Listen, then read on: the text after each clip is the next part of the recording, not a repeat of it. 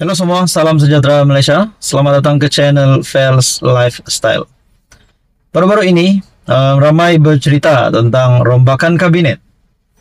Ada yang kata ramai menteri yang patut ditukar. Menteri-menteri yang tak buat kerja patut ditukar. Datuk Seri Anwar Ibrahim akhirnya akan membuat pengumuman berkaitan dengan rombakan kabinet. Tidak lama lagi. Saya menjangkakan mungkin selepas pilihan raya kecil Dun Pelangai.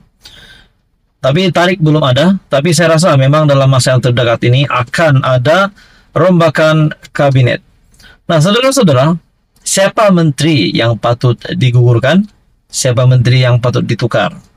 Hari ini, saudara-saudara, terdapat satu kejutan baru untuk kerajaan perpaduan dan kejutan juga untuk semua kepimpinan politik di mana MCA menggesa Perdana Menteri Anwar Ibrahim untuk melepaskan jawatan Menteri Keuangan.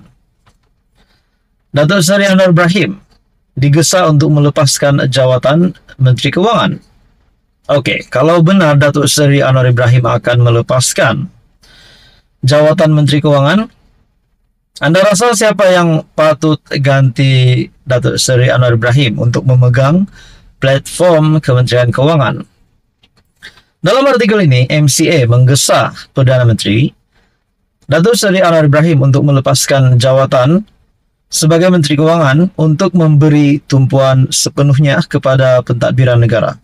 Nah, jelas sekali di sini niat ataupun gesaan dari MCA itu adalah satu cadangan yang baik dari MCA, bukan disebabkan Datuk Seri Anwar Ibrahim ini tidak melakukan kerja dengan baik, tetapi MCA mau Datuk Seri Anwar Ibrahim tumpukan kerja sepenuhnya untuk pentadbiran negara. Juru cakap parti itu, Mike Chong, berkata, Anwar perlu melantik Menteri Keuangan kedua yang boleh memberi tumpuan kepada hal-hal ekonomi sekaligus membolehkan beliau memberi tumpuan kepada urusan pentadbiran negara. Pelantikan baharu jawatan ini akan meningkatkan ekonomi negara kita dan menjana lebih banyak peluang pekerjaan. Beliau akan dapat bertindak balas terhadap isu-isu utama dengan cara yang lebih mikro dan komprehensif, dan dengan itu ia memastikan penyelarasan serta konsistensi dasar kerajaan, katanya dalam Facebook. Mike baru-baru ini dipilih sebagai timbalan Ketua Pemuda MCA, turut mencadangkan agar Anwar memecat Menteri Ekonomi. Wah, ini yang menarik. Turut mencadangkan agar Anwar memecat Menteri Ekonomi, Rafizi Ramli, dan Menteri Pertanian dan Keterjaminan Makanan, Muhammad Sabu, kerana didakwa hanya menimbulkan kontroversi serta gagal melaksanakan tugas. Tambahnya, Anwar perlu mengambil langkah itu memandangkan rakyat kini dihimpit dengan kenaikan kos sara hidup dan pendapatan tidak meningkat, sedangkan kerajaan tiada arah tuju ekonomi yang jelas. Nah, selain gesaan untuk Datuk Seri Anwar Ibrahim melepaskan jawatan sebagai Menteri Keuangan, kepimpinan MCA juga menggesa Datuk Seri Anwar Ibrahim di dalam rombakan kabinet yang bakal dilakukan untuk menggugurkan, memecat Rafizi Ramli dan Mat Sabu. Sudah pasti dua menteri ini antara menteri yang selalu disebut-sebut ramai. Saudara-saudara, menurut Anda, patutkah Rafizi Ramli ataupun Mat Sabu ataupun kedua-duanya sekali dipecat? Anda boleh komen di bawah. Teruskan bersama di dalam channel ini untuk info yang seterusnya. Mohon bantu channel ini dengan menekan butang like, share, dan juga subscribe. Halo semua, salam sejahtera Malaysia. Tuan-tuan dan puan yang amat dihormati. Seperti yang kita tahu, pada Sabtu ini akan diadakan pilihan raya kecil Dun Pelangai. Nah, saya melihat satu artikel menyebut nama Hamzah Zainuddin. Satu artikel dari Sinar Harian menyebut di sini, sampai saja Pelangai, saya terus minta Panadol, kata Hamzah Zainuddin, Ketua Pembangkang.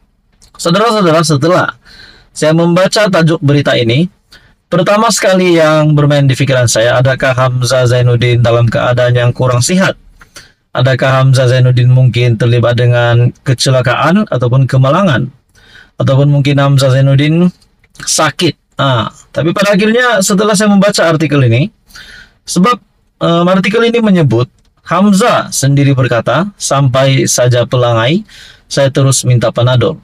Bila kita dengar tentang Panadol, minta obat ataupun minta Panadol, mungkin kita berpikir mungkin Hamzah Zainuddin dalam keadaan yang kurang sehat. Nah, dalam artikel ini, keadaan jalan ke pelangai menyebabkan Ketua Pembangkang Datuk Seri Hamzah Zainuddin meminta Panadol sebaik tiba di kawasan tersebut.